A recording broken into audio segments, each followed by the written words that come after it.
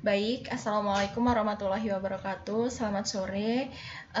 Di sini kami dari kelompok 10 mata kuliah Energi Baru Terbarukan dan Smart Grid, Teknik Elektro Institut Teknologi Sumatera dengan anggota kelompok yang saya akan membahas potensi air, gelombang laut, dan hidrogen. Dengan anggota kelompok saya sendiri, Aprilia Kasutantri. Next slide.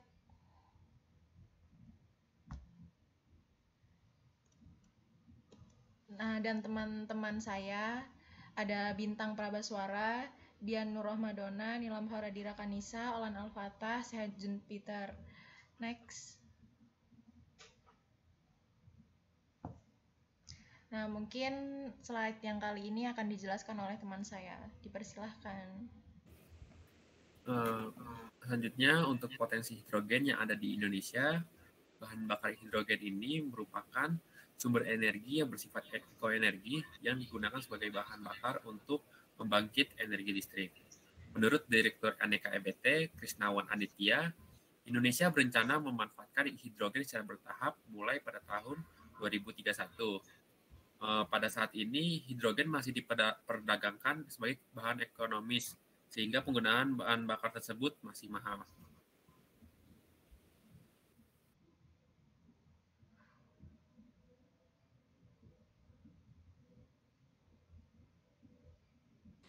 Oke, ini selanjutnya ada potensi hidrogen di Amerika Serikat. Emisi gas buang karbon menjadi perbincangan serius bagi perusahaan dunia, termasuk Amerika Serikat. Perusahaan Microsoft menggunakan sel bahan bakar hidrogen untuk mengoperasi pusat data center selama 48 jam. Menurut Microsoft Safe Environmental Officer, penggunaan bahan bakar nitrogen mampu menghasilkan 250 kW selama 48 jam.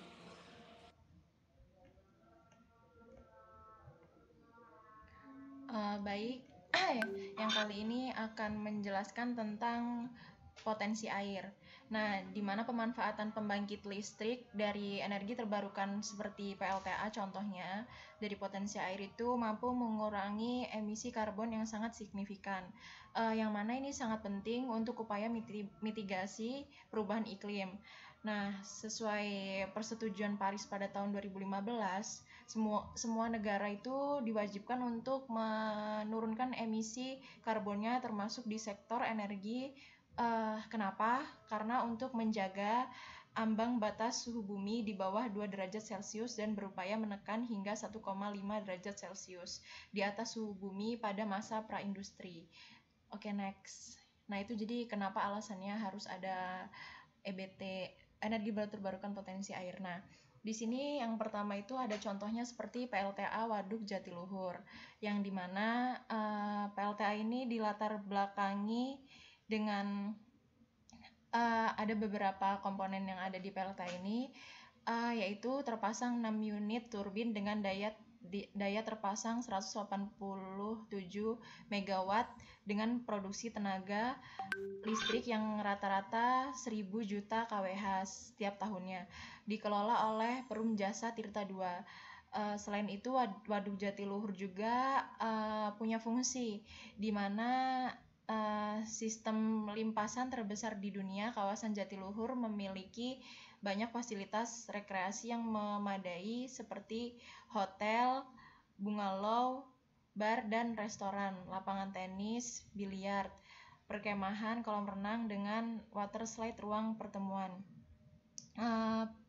Fungsi penyediaan air irigasi itu untuk 242 hektar sawah, 2 kali tanam dalam setahun. Tanamnya dalam 2 kali dalam setahun. Lalu ada ikon dari Waduk Jatiluhur ini sendiri, yaitu terdapat budidaya ikan keramba jaring apung yang menjadi daya tarik tersendiri dari waduk Jatiluhur ini. Di waktu siang atau dalam keheningan kita dapat memancing penuh ketenangan sambil menikmati ikan bakar. Oke, next.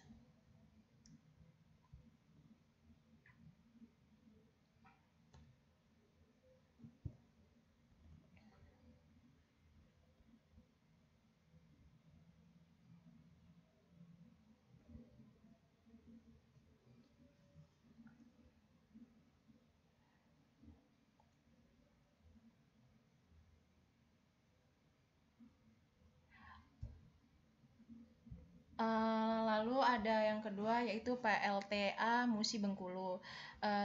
Sungai Musi ini tidak hanya dimanfaatkan sebagai sumber transportasi saja, melainkan juga dimanfaatkan sebagai salah satu PLTA di Indonesia. Sungai Musi, PLTA Musi ini menjadi salah satu pembangkit listrik jenis run of river.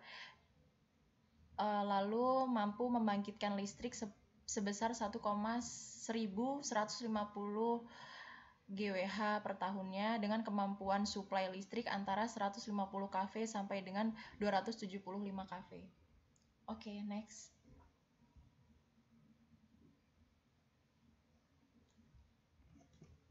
Oke, selanjutnya ada potensi energi air di Italia. Nah, kita tahu kalau di Italia itu potensi PLTA di Italia itu besar. Udah dimanfaatkan sangat baik dan baik dan sepenuhnya udah dilaksanakan dengan baik. Ini itu karena fitur fisik Italia dengan Apeninya dan khususnya pegunungan Alpen itu menyediakan medan curam yang diperlukan, yang mana untuk memungkinkan untuk membangun fasilitas pembangkit listrik tenaga air yang sangat produktif. Kemudian studi Altesis mengatakan bahwa ada sekitar sepertiga dari pembangkit listrik tenaga air Italia mengalami peningkatan teknologi. Nah, jumlah energi yang dihasilkan itu setiap tahun dapat ditingkatkan hampir 10% pada tahun 2020-an. Nah, teknologi saat ini yang memungkinkan untuk mengubah hampir semua energi air menjadi listrik dengan nilai mencapai 70% sampai 75%, dan kadang lebih dari 80%. Dan menurut data yang dikumpulkan oleh GSE kapasitas PLTA itu di sana itu mengalami peningkatan setiap tahunnya. Next.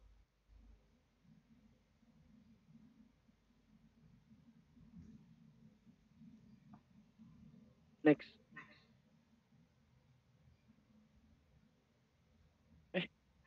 Belum ya?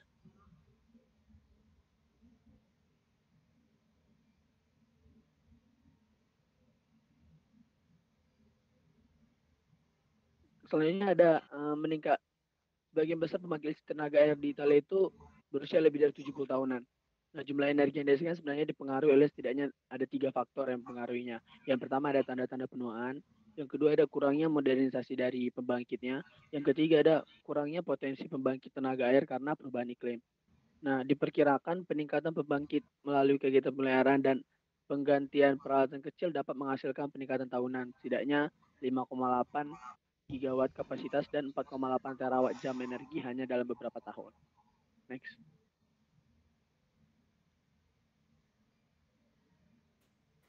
Oke, baik. Selanjutnya ada potensi energi gelombang laut di Amerika Serikat. Jadi potensi kekuatan gelombang itu terletak pada besarnya energi kinetik yang dipertaruhkan. Tenaga gelombang memiliki kerapatan energi yang jauh lebih besar daripada angin atau matahari. Jadi tenaga gelombang laut ini menghasilkan sekitar 24 sampai 70 kW per meter gelombang dengan daya puncak dekat pantai berkisar antara 40 sampai 50 kW per meter.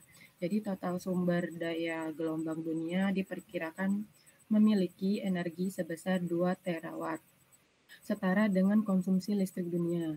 Dan potensi energi tahunan di lepas pantai Amerika Serikat sekitar 2.640 terawatt jam per tahun, yang setara dengan 60% konsumsi listrik di Amerika Serikat.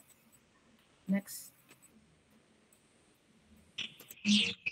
Adapun potensi energi gelombang laut di Indonesia dengan penilaian sistem energi gelombang laut memproyeksikan kapasitas instalasi seluruh dunia sebesar 337 gigawatt pada tahun 2050.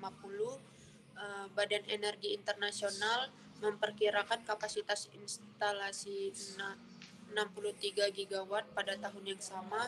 Yang ketiga, pantai barat Pulau Sumatera bagian selatan dan pantai selatan Pulau Jawa bagian barat berpotensi memiliki energi gelombang laut sekitar 40 kW per meter. Keempat, arus pasang surut terkuat yang tercatat di Indonesia adalah di selat antara Pulau Taliabu dan Pulau Mangole di Kepulauan Sula, Provinsi Maluku Utara dengan kecepatan 5 meter per detik. Yang kelima, gelombang laut mempunyai sumber energi yang sangat besar, yaitu mencapai 2,8 kali 1114 atau 280 triliun watt sampai jam. Baik, jadi ini referensi dari hasil diskusi kami. Next.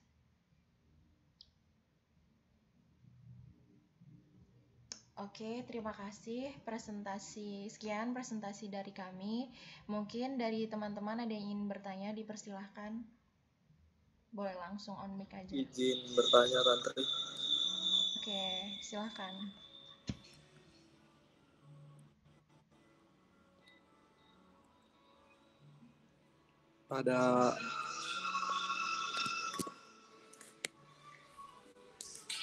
Pada pengembangan energi gelombang laut, berapa dana yang dibutuhkan untuk pengembangan energi terbarukan? Oke, mungkin kita pakai sistem langsung jawab aja ya teman-teman. Mungkin silahkan teman-teman yang berkenan mau jawab, langsung aja on mic. Baik, izin menjawab pertanyaan dari Olan. Berdasarkan data dari CNBC Internasional, Departemen Energi Amerika Serikat mengeluarkan dana sebanyak 27 juta US dollar atau sekitar 391 miliar untuk penelitian dan pengembangan energi baru terbarukan berdasarkan gelombang atau ombak bahari. Selain itu, pengembangan pembangkit energi gelombang laut dengan kapasitas 100 kW di Indonesia memakan biaya investasi sebesar 811.111 per kilowatnya. Mungkin itu yang bisa saya dapat jawab untuk pertanyaan Olan. Bagaimana dari Olan? Mungkin Olan cukup? Cukup, terima kasih Bintang. Baik, sama-sama. Oke. Mungkin pertanyaan selanjutnya ada yang ingin bertanya lagi? Mungkin izin bertanya, Tantri. Ya, silakan. Langsung aja kali ya. Tadi kan udah dibahas potensi air di Indonesia. Nah, dalam jangka berapa lama potensi air di Indonesia itu dan kira-kira kapasitasnya itu berapa? Mungkin ini karena tadi pembagiannya saya ya, jadi saya izin untuk ngejawab. Jadi berapa lama sih perkiraannya itu kalau yang saya dapat ini itu tuh perkiraannya berapa lamanya itu dalam jangka waktu 10 tahun ke depan. Nah, kapasitas yang saya dapetin ini jadi sekitar mencapai 10.391 megawatt peak itu untuk PLTA-nya sendiri. Lalu dengan PLT energi baru terbarukan base-nya itu 10,01,10 megawatt peak dengan baterai energi storage sistemnya 300 megawatt. Jadi itu yang saya dapat, Dian. Gimana? Cukup? Oke, mungkin boleh teman-teman lagi yang mau bertanya masih diperbolehkan. Mungkin saya nanti mau nanya. Iya, oke. Tadi kan kita membahas ini ya, gas hidrogen ya. Kan kita tahu di Indonesia itu juga termasuk energi yang bisa dipakai ya, energi terbarukan. Nah, pertanyaan saya sini, kalau gas hidrogen itu termasuk aman nggak sih untuk digunakan dalam pembangkit seperti itu? Terima kasih.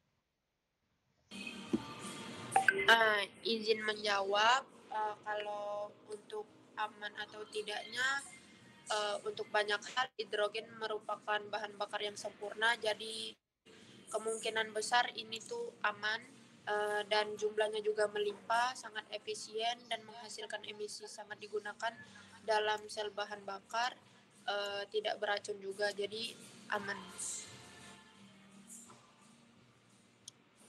Apakah cukup? Cukup. Oke, mungkin boleh lagi teman-teman yang ingin ada yang mau ditanyain, silahkan.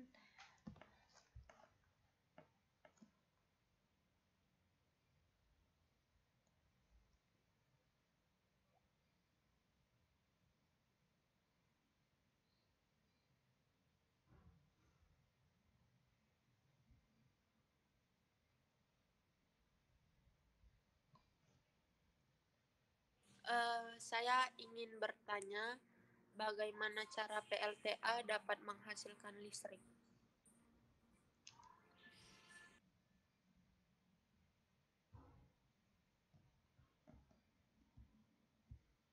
Boleh, mungkin ada teman-teman yang bantu Oke, jawab. izinkan saya menjawab. Ini ada cara pembangkit tenaga listrik air dapat menghasilkan listrik dengan cara air dari sungai atau air terjun, waduk sebagai sumber energi pembangkit listrik mampu menggerakkan turbin perubahan yang terjadi dari energi potensial menjadi energi listrik. Gerakan pada kincir air pada turbin menggerakkan dinamo atau juga generator yang kemudian membangkitkan listrik dengan kecepatan turbin yang berputar sesuai dengan kecepatan aliran air. Semakin cepat alirannya, maka turbin berputar juga semakin cepat, sehingga energi listrik yang dihasilkan juga semakin besar. Nah, kemudian terjadi perubahan energi gerak menjadi energi listrik yang kemudian disalurkan ke rumah-rumah melalui proses transmisi.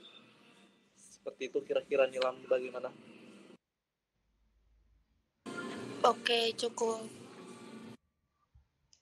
Oke, mungkin dari saya sendiri ya teman-teman bakalan nanya apa sih keuntungan dan kelemahannya dari energi gelombang laut itu? Ada yang bisa bantu jawab? Mungkin bantu jawab ya, Santri. Dari hasil diskusi kita tadi, keuntungan dan kelemahan gelombang laut itu, yang pertama keuntungannya adalah gelombang terus melepaskan energi, sedangkan cuaca buruk di laut hanya meningkatkan energi di gelombang. Nah, yang kedua itu keuntungannya sumber energi terbarukan dan bersih dan lestari. Yang ketiga, tidak menimbulkan gas rumah kaca dan tidak melepaskan partikel apapun. Yang keempat itu tidak membutuhkan pasokan bahan bakar. Dan selanjutnya itu ada kelemahannya. Kelemahannya itu gelombang bisa besar atau kecil sehingga tidak selalu dapat menghasilkan listrik secara konstan. Yang kedua, diperlukan cara khusus transmisi listrik dari laut ke daratan. Yang ketiga, peralatan itu relatif lebih mahal. Yang keempat itu menimbulkan dampak terhadap ikan dan biota laut sekitar pantai. Yang kelima itu pemeliharaan yang cukup tinggi. Mungkin itu saja. Gimana, Santri? Oke, terima kasih Dian, sudah sangat jelas. Mungkin kita buka satu pertanyaan lagi kali ya untuk yang terakhir. Ada lagi yang mau nanya? Izin bertanya. Oke. Menurut data yang sudah diperoleh dari GSE tadi, peningkatan seperti apa yang dimaksud dalam pengembangan teknologi dan apa yang digunakan oleh PLTA Italia untuk meningkatkan potensi energi air di sana? Terima kasih. Boleh teman-teman ada yang bisa bantu jawab pertanyaan Bintang? Mungkin saya bantu jawab ya. Jadi dari menurut data yang dikumpulkan oleh GSE itu di akhir 2018, Italia itu memiliki total kapasitas terpasang PLTA itu sebesar 18,94 gigawatt. Nah, itu tuh sekitar 35% dari total kapasitas nasionalnya. Kemudian 10 tahun sebelumnya itu di tahun 2008 itu kapasitasnya itu 17,6 gigawatt. Nah, dari sini bisa dilihat berarti peningkatan tahunannya itu rata-rata cuma 0,1 gigawatt. Kemudian menurut laporan Terna itu peningkatan pada tahun 2019 itu hanya di bawah rata-rata dengan peningkatan kapasitas terpasang hanya 0,04 gigawatt. Nah, untuk teknologi itu seperti teknologi baru ya yang dibuat untuk yang mana dibuat itu lebih fleksibel dan tahan lama, itu prediktif dan perangkat IoT. Dari sudut pandang teknisnya, selain efisiensi, peningkatan terutama untuk berkaitan jaminan tingkat keluarannya itu aliran airan air yang sangat signifikan, serta pengeluaran aliran airnya dan energi itu memastikan permintaan terpenuhi. Contohnya teknologi itu seperti kalau misalnya pada malam hari ya, ketika permintaan rendah, selama waktu itu kemungkinan untuk menggunakan kelebihan energi yang dihasilkan untuk memompa air kembali ke ketinggian yang lebih tinggi. Dan dari sini dapat digunakan untuk menghasilkan lebih banyak energi pada hari berikutnya. Seperti itu mungkin menjawab. Oke, Bintang, gimana? Baik, terima kasih atas jawabannya, saya cukup. Oke, mungkin karena tadi saya bilang itu pertanyaan terakhir, mungkin kita sudahi saja diskusi pada kali ini. Sekian dari kami, selamat sore. Wassalamualaikum warahmatullahi wabarakatuh. sore. Makasih Tantri.